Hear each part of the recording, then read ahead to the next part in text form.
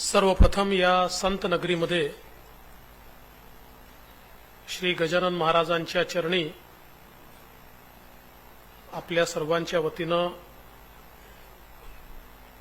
मी या ठिकाणी नतमस्तक होतो। मंचावर उपस्थित अधिवक्ता परिषदेचे राष्ट्रीय महामंत्री Shri Bharatkumarji, bar council of Maharashtra and Goa चे अध्यक्ष पारिजात पांडेजी,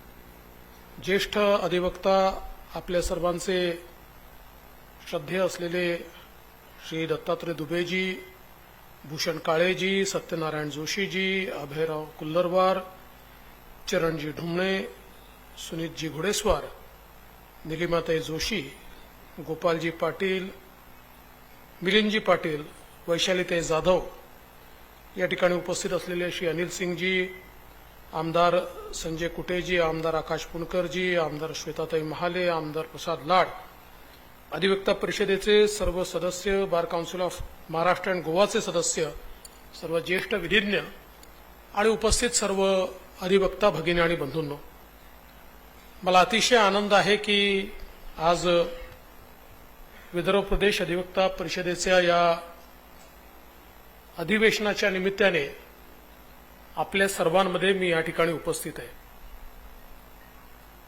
माझा सारखा उल्लेख या ठिकाणी उपमुख्यमंत्री म्हणून होतोय, पण मी केवळ उपमुख्यमंत्री म्हणून नाही तर एक अधिवक्ता म्हणून देखील या ठिकाणी उपस्थित आहे। आणि दुसरा रोल म्हणजे विधी व न्याय खात्याचा मंत्री म्हणून देखील उपस्थित आहे। त्यामुळे बेगानी शादी में अब्दुल्ला दीवाना नाहीये हे या ठिकाणी मला नमूद करायची इच्छा होते। खरं म्हणजे श्रद्धेय दत्ताजी डिडोळकर ज्यांच्या प्रेरणेनं अनेक राष्ट्रीय स्तराच्या संस्था सुरू झाल्या, ज्यांच्या प्रेरणेनं अनेक राष्ट्रीय विचाराचे लोक तयार झाले, त्यांच्याच प्रेरणेने अधिवक्ता परिषदेची सुरुवात झाली। आणि जो विचार आपला आहे की समाजाच्या सर्व क्षेत्रांमध्ये राष्ट्राचा आणि समाजाचा विचार करणारे लोक तयार झाले पाहिजेत। स्वतःचा वैयक्तिक विचार करणारे तर जीवनात सगळेच असतात, पण राष्ट्र प्रथम अशा प्रकारची मानसिकता समाजात जर तयार झाली तर भारताला कधीच गुलामगिरीत जावं लागणार नाही। या प्रेरणेनं समाजाच्या वेगवेगळ्या क्षेत्रात विचार परिवारात ज्या काही संस्था उभ्या राहिल्या त्यातली एक अग्रणी संस्था म्हणून आपण अधिवक्ता परिषदेकडे पाहतो। आणि गेल्या अनेक वर्षांमध्ये अधिवक्ता परिषदेने अतिशय चांगल्या प्रकारे एक आपलं संघटन उभं केलं आहे की जे या संपूर्ण अधिवक्ता समाजामध्ये, फ्रेटर्निटीमध्ये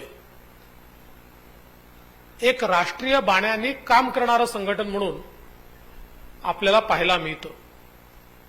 आणि ज्या ज्या वेळी देशासाठी, समाजासाठी भूमिका घेण्याची आवश्यकता असते त्या त्यावेळी कणखरपणे ती भूमिका घेण्याचं काम हे आपण सातत्याने करत असतो। आणि म्हणूनच मला असं वाटतं की आता या अधिवेशनाच्या माध्यमातून हे संघटन अधिक मजबूत आपल्याला कसं करता येईल याचा देखील विचार आपण सगळे करतो आहोत। भरतकुमारजींनी अतिशय सुंदर मार्गदर्शन केलं आणि आपण कायदा शिकत असताना ज्या डॉक्ट्रिन्स आपल्याला लॅटिन वाटल्या, युरोपियन वाटल्या किंवा ब्रिटनच्या कायद्यातनं आल्या असं आपल्याला वाटल्या, त्याचा भारतीय रेलेव्हन्स हा त्यांच्या भाषणातनं आपल्याला या ठिकाणी निश्चितपणे समजला। खरं म्हणजे आपल्या समाजाचा सगळ्यात मोठा प्रॉब्लेम जर काही असेल तर वर्षानुवर्ष जी गोष्ट आपल्याकडे आहे तीच परदेशात आहे सांगितलं तर आपला त्याच्यावर जास्त विश्वास बसतो. आज आपण लोकशाहीच्या बद्दल बोलतो, लोकशाहीचं गुणगान होतं, पण ही जी काही लोकशाही आहे ही सर्वात प्राचीन लोकशाही ही आपल्याला भारतामध्ये पाहायला मिळते. आणि भारतामध्ये 10,000 वर्षापूर्वीची समृद्ध नगरं आणि त्या नगरांमध्ये वसणारी लोकशाही याचे दाखले आज इतिहासामध्ये सापडतायत. आणि त्या काळामध्ये भारताच्या प्रगतीचं कारणच हे होतं की we were a just society. आमच्याकडे एक रिझनेबल सोसायटी होती. एक असा समाज होता की ज्या समाजामध्ये एक रिझन होतं, ज्या समाजामध्ये खऱ्या अर्थानं कायद्यानं चालणारा समाज अशा प्रकारची व्यवस्था होती. आणि मग आपल्याला त्याची कित्येक उदाहरणं देता येतील, पण मला असं वाटतं की आपली प्रगती तोपर्यंतच होत राहिली जोपर्यंत समाज हा रिझनेबल होता. We are bound to reason. आणि ज्या क्षणी समाजामध्ये ती व्यवस्था संपली त्या क्षणी समाजाचा ऱ्हास देखील झाला आणि आम्हाला गुलामगिरीत देखील जावं लागलं. आज आपण भारताचं संविधान बघतो. मी असं म्हणेन की जगातलं सर्वोत्तम संविधान हे भारतरत्न डॉक्टर बाबासाहेब आंबेडकरांनी आपल्या देशाला दिलं आहे. आणि एक अधिवक्ता म्हणून आणि एक राजनेता म्हणून दोन्ही बिंदूतून ज्यावेळेस मी भारताच्या संविधानाकडे पाहतो आणि इतकी वर्ष महाराष्ट्राच्या विधानसभेमध्ये आता जवळपास 25 वर्ष मी काम करतोय आणि या 25 वर्षाचा माझा अनुभव असा आहे की आपल्या सामाजिक आर्थिक विकासाच्या कुठल्याही प्रश्नाचं उत्तर हे आपल्याला भारताच्या संविधानामध्ये मिळतं. त्यामुळे हे एक असं संविधान आहे की ज्यांनी आपल्याला निश्चितपणे प्रगतीचा रस्ता हा खुला करून दिलाय, मार्ग प्रशस्त करून दिलाय. आणि भगवान गौतम बुद्धांनी समता आणि बंधुतेचं जे तत्व सांगितलं होतं त्या तत्वावर आधारित असलेलं आपलं संविधान आहे. आणि म्हणूनच आज आपल्या देशामध्ये लोकशाही केवळ नांदते असं नाहीये, तरी लोकशाही प्रगल्भ होते. आपण पाहू शकतो की इतका मोठा देश आणि या देशामध्ये 2 महिन्याच्या कालावधीमध्ये 140 कोटी लोकांच्या देशामध्ये आमचं निवडणूक आयोग निवडणुका घेतो आणि त्याही फ्री अँड फेअर अशा प्रकारच्या निवडणुका आमच्याकडे होऊ शकतात. आता ही गोष्ट वेगळी आहे की जे जिंकतात त्यावेळी त्यांना ईव्हीएम चांगलं वाटतं आणि हारल्यानंतर त्यांना ईव्हीएम वाईट वाटतं. आपल्या हारण्याचं खापर ईव्हीएमवर फोडणारे देखील आपल्या देशात आहेत. पण माननीय सर्वोच्च न्यायालयाच्या आदेशानंतर आपल्या इलेक्शन कमिशननी 1 महिना ओपन चॅलेंज दिला होता. ज्याला यायचं आहे त्यांनी या आणि आमचा ईव्हीएम हॅक करून दाखवा. कोणी करू शकलं नाही. त्यामुळे इतकं फ्री अँड फेअर इलेक्शन आपण आपल्या देशामध्ये या ठिकाणी कंडक्ट करू शकतो. याचाच अर्थ असा आहे की आपण एक न्यायाधिष्ठित अशा प्रकारची समाज व्यवस्था आणि राजव्यवस्था तयार करू शकलो आहोत. आणि मी असं म्हणेन की समाजामध्ये चढ उतार असतात. समाजामध्ये विशेषतः लोकशाहीचे जे वेगवेगळे स्तंभ आहेत वेळोवेळी यांच्यासमोर प्रश्नचिन्ह देखील निर्माण होतं. पण हे जरी असलं तरी आज एक गोष्ट मात्र आपल्या सर्वांनाच मान्य करावी लागेल की सामान्य माणसाचा विश्वास हा आजही भारताच्या न्यायव्यवस्थेवर आहे आणि जोपर्यंत तो विश्वास आहे तोपर्यंत भारताच्या लोकशाहीला कुठलाही धोका नाहीये. पण हे ज्यावेळेस मी म्हणतो त्यावेळेस आपल्या सगळ्यांसमोर एक मोठं आव्हान आहे आणि ते आव्हान आहे आमच्या न्यायव्यवस्थेच्या वरचा जो विश्वास आहे हा विश्वास आम्ही दृढ कसा ठेवू शकतो, तो विश्वास कमी होणार नाही अशा प्रकारची व्यवस्था आणि अशा प्रकारचं वर्तन हे आम्ही कसं करू शकतो. या देशामध्ये न्याय विकत घेता येणार नाही, या देशामध्ये न्याय इन्फ्लुएन्स करता येणार नाही. अशा प्रकारचं वातावरण हे आम्ही दृढतेनं कसं त्या ठिकाणी प्रस्थापित करू शकतो. खरं म्हणजे आज सगळ्यात मोठा चॅलेंज आपल्यासमोर हा आहे. आणि मला विश्वास आहे जेव्हा आपण न्यायव्यवस्थेचा विचार करतो त्यावेळेस जेवढी महत्वाची ज्युडिशियरी आहे तेवढाच महत्वाचा बार आहे, तेवढेच महत्वाचे अधिवक्ता आहे. कारण आपल्या अधिवक्तांच्या शिवाय खऱ्या अर्थानं ज्युडिशियरीला तसाही अर्थ उरत नाही.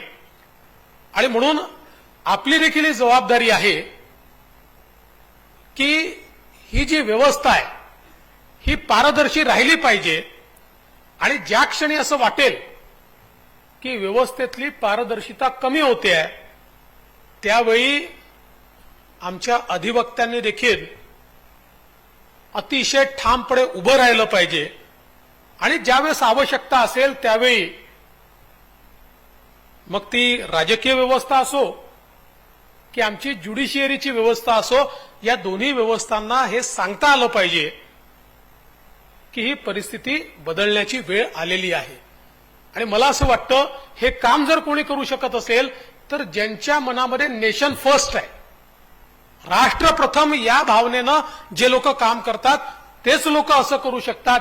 जे केवळ संकुचित मनोवृत्तीने काम करतात असे लोक असं कधीच करू शकत नाही. आणि म्हणून मी म्हणेन की आज ज्युडिशियरीचं पावित्र्य राखण्याची जबाबदारी या देशातल्या कुठल्या संघटनेवर सर्वाधिक असेल तर ती अधिवक्ता परिषदेवर आहे असं मानणाऱ्यांपैकी मी एक आहे.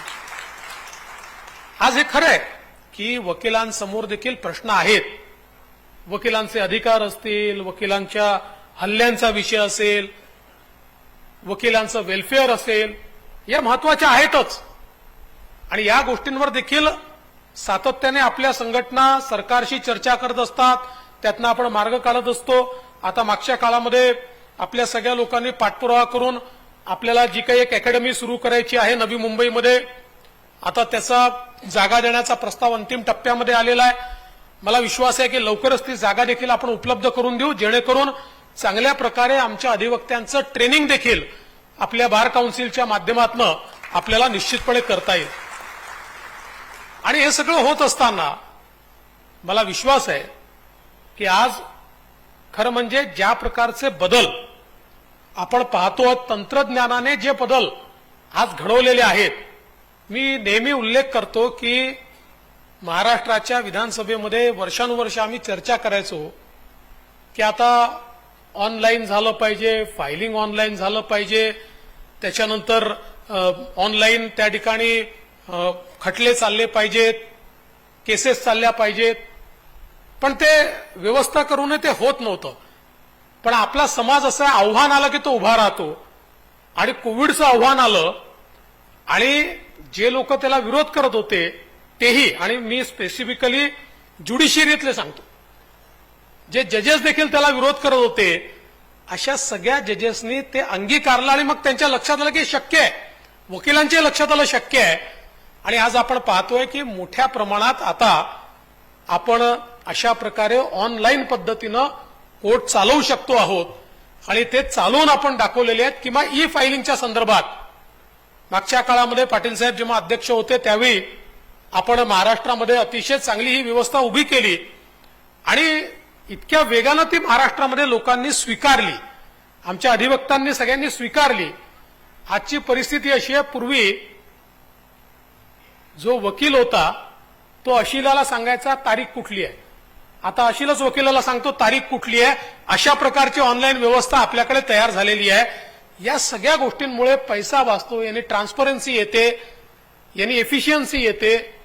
आणि मला असं वाटतं की या सगळ्या गोष्टी अंगीकारणं आणि अनेक वेळा नवीन तंत्रज्ञान जेव्हा येतं त्याला प्रशिक्षण लागतं. सुरुवातीच्या काळामध्ये मोबाईल आला तर आपल्याला भीती वाटायची, अनेक लोक मोबाईल वापरायचे नाहीत, मग सगळे मोबाईल वापरायला लागले. मग त्याच्यानंतर स्मार्टफोन आला तर पहिल्यांदा आपल्या साध्या फोनवरनं स्मार्टफोनवर जाताना भीती वाटायची, पण आज प्रत्येक व्यक्ती स्मार्टफोन वापरतोय. आता गावातला शेवटचा माणूस देखील व्हॉट्सअपवर आपल्याला मेसेज पाठवून राहिला, तो व्हिडिओ काढून आपल्याला त्या ठिकाणी पाठवून राहिला. आता कोण तुम्हाला सोशल मीडियात सापडेल याचा भरोसाच उरलेला नाही. त्यामुळे तंत्रज्ञानाचं असं असतं की तंत्रज्ञान स्वीकारलं की ते हळूहळू आपल्याला ते अंगीकारलं जातं. आणि म्हणून मला असं वाटतं की या तंत्रज्ञानामुळे निश्चितपणे पुढच्या काळामध्ये ज्युडिशियरीमध्ये देखील मोठ्या प्रमाणात बदल होणार आहेत. विशेषतः आर्टिफिशियल इंटेलिजन्स नंतर काही प्रश्न देखील निर्माण झाले आहेत, पण त्याचवेळी आर्टिफिशियल इंटेलिजन्सनी काही व्यवस्था देखील या ठिकाणी बदलणार आहेत. या सगळ्या गोष्टी आपल्याला येत्या काळामध्ये निश्चितपणे अंगीकाराव्या लागतील. मला एका गोष्टीचं समाधान आहे की आपले महत्वाचे कायदे आता आपण बदलतो. सीआरपीसी असेल, आयपीसी असेल, हे कायदे 75 वर्षानंतर किंवा स्वातंत्र्याच्या 75, तसं तर 100 वर्ष कायद्यांना झाले, पण स्वातंत्र्याच्या 75 वर्षानंतर ते आपण बदलतो. आणि ते बदलण्याची आवश्यकता आहे, कारण ज्यावेळी इंग्रजांनी कायदे तयार केले त्यावेळी ते कायदे तयार करताना त्याच्या पाठीमागचा उद्देश हा होता की भारतीयांवर राज्य करायचं आहे. We were the subject, subjugation of Indians, हा त्याच्या पाठीमागचा उद्देश होता. आज आपल्याला कायदा आणि सुव्यवस्थेकरता आपले कायदे करायचे आहेत, कायद्याचं राज्य निर्माण करण्याकरता कायदे करायचे आहेत. केवळ सब्जेक्ट म्हणून नाही, केवळ राज्य करण्याकरता नाही, कोणाला तरी त्या ठिकाणी सबज्युगेशन खाली ठेवण्याकरता आपल्याला कायदे करायचे नाहीत, तर चांगल्याला चांगलं राहता आलं पाहिजे आणि वाईटाला चांगल्यापासून वेगळं करून शिक्षा देता आली पाहिजे. अशा प्रकारचा बदल हा कायद्यामध्ये झाला पाहिजे. आणि त्यासोबत आज इतकं नवीन तंत्रज्ञान येत आहे, त्यामुळे इंडियन एव्हिडन्स ऍक्टमध्ये आपल्याला निश्चितपणे बदल करण्याची गरज आहे. आता तंत्रज्ञान हे विशेषतः जो काही ह्युमन एव्हिडन्स असतो त्याच्यापेक्षा जास्त रिलायबल हे तंत्रज्ञान असतं. अनेक वेळा तंत्रज्ञान हे होस्टाईल होत नाही, त्याच्यामुळे विशेषतः क्रिमिनल जस्टिस सिस्टीममध्ये त्याचं एक अत्यंत महत्वाचं आता आपल्याला एक पार्टिसिपेशन या पुढच्या काळामध्ये पाहायला मिळणार आहे. या सगळ्या गोष्टी आज होत आहेत आणि या सगळ्या होणाऱ्या गोष्टींमध्ये आपला देखील सहभाग हा अत्यंत महत्वाचा आहे. आणि मला विश्वास आहे की अशा प्रकारे ज्यावेळेस आपण परिषदा करतो त्या माध्यमातून या सगळ्या नवीन गोष्टींवर मंथन होतं, चिंतन होतं, काय चाललंय याचा विचार होतो. आणि विशेषतः शेवटच्या माणसाला न्याय कसा द्यायचा, सामान्य माणसाला न्याय कसा द्यायचा. आता एक अतिशय चांगली या ठिकाणी मागणी आलेली आहे की जे आपले खालचे न्यायालय असतात त्याच्यामध्ये 5 लाखाचं जे ज्युरिस्डिक्शन आहे ते वाढवलं पाहिजे. खरी गोष्ट आहे अतिशय, कारण आज अगदी छोट्यातल्या छोट्या गावातही एखाद्या खटल्याची जी किंमत आहे, प्रॉपर्टीची जी किंमत आहे ही आता 5 लाख रुपये म्हणजे काहीच होत नाही. आणि मग तेवढ्या करता मग वरच्या कोर्टामध्ये जावं लागणं हे देखील मला असं वाटतं की चुकीचं आहे. त्यामुळे ही जी काही मागणी आपण या ठिकाणी केलेली आहे, निश्चितपणे राज्य सरकार त्या संदर्भात पॉझिटिव्ह अशा प्रकारचा विचार करेल आणि त्याच्यामध्ये जो काही आपल्याला बदल करायचा आहे तो बदल करून आपण ते काही जे काही पिक्युनियरी ज्युरिस्डिक्शन आहे ते वाढवण्याच्या संदर्भात आपण निश्चितपणे पुढच्या काळामध्ये त्या संदर्भातलं काम करू. आज खरं म्हणजे या ठिकाणी आपल्या सर्वांसमोर आल्यानंतर आपल्याला भेटून मला अतिशय आनंद झालाय. आणि मी आपल्याला एवढंच सांगू इच्छितो की राज्यामध्ये किंवा देशामध्ये जे काही आपल्या आशा आकांक्षा अपेक्षा आहेत, आपली न्यायदानाची पद्धत सुधारण्याकरता आणि आपल्या अधिवक्ता लोकांच्या वेलफेअर करता आपल्याला ज्या ज्या काही अपेक्षा आहेत निश्चितपणे आपण आमच्यासोबत बसा, जरूर त्या संदर्भात राज्य सरकार प्रोएक्टिव्ह भूमिका घेईल. ज्या काही सजेशन्स आपण द्याल, ज्या ज्या गोष्टी आपल्या या सगळ्या अशा प्रकारच्या मंथनातनं बाहेर येतील त्या गोष्टी आपण आमच्यापर्यंत पोहोचवा आणि त्या अनुरूप जे काही योग्य बदल आहेत ते करण्याचा प्रयत्न हा निश्चितपणे येत्या काळामध्ये आपण करू. एवढंच आजच्या निमित्ताने बोलतो. पुन्हा एकदा आपल्या सर्वांना अतिशय मनापासून या ठिकाणी शुभेच्छा देतो. आपल्या संत गजानन महाराजांचा आशीर्वाद हा आपल्या सर्वांना लाभो अशा प्रकारची गजाननाच्या चरणी या ठिकाणी प्रार्थना करतो. आणि या चांगल्या कार्यक्रमामध्ये आपण मला निमंत्रित केलं त्याबद्दल आणि अशा कार्यक्रमात आलं की मला बरं वाटतं की बाबा बाकी तर काही प्रॅक्टिस बिक्टिस केली नाही, पण आपण अधिवक्ता असल्यासारखं वाटतं. त्याच्यामुळे तो एक आनंद मला इथे आल्यानंतर मिळतो. तो आनंद मला तुम्ही घ्यायची संधी दिली त्याबद्दल आपल्या सर्वांचे आभार म्हणून मी माझे 2 शब्द संपवतो. धन्यवाद. जय हिंद, जय महाराष्ट्र, जय भारत.